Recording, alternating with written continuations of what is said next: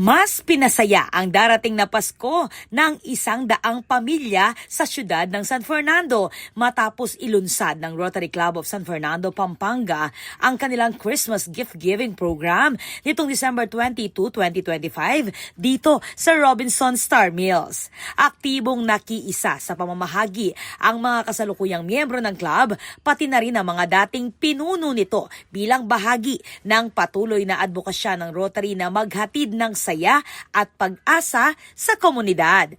Ayon kay Engineer Alvin Mendoza ng Rotary Club of San Fernando, Pampanga, ang programa ay bunga ng matagumpay na raffle for a cause na isinagawa kamakailan kung saan ang nalikom na pondo ay ginamit sa pagbili ng mga grocery items para sa mga benepisyaryo. This is a raffle for a cause project.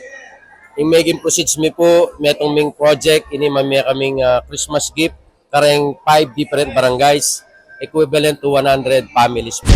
Bawat pamilya ay tumanggap ng Noche Buena Pack na may kasamang ham na lalong nagbigay ng kasiyahan sa mga tumatanggap nito.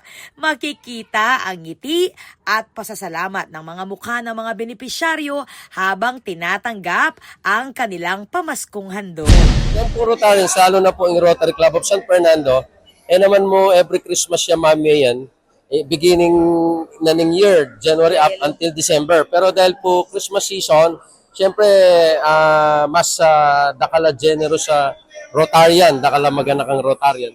Para naman makapamiyeta mong saya at apakailita lang ga makapakanano po rin kaya katamong kabalen kaya ni San Fernando. Sa pamamagitan ng simpleng pagbabahagi, muling pinatunayan ng Rotary Club of San Fernando, Pampanga ang diwa ng malasakit at pagbibigayan ngayong Kapaskuhan. Ako po, Patricia Mamangon para King News Force, Pampanga. Balitang tutuking Balen, Susuyo.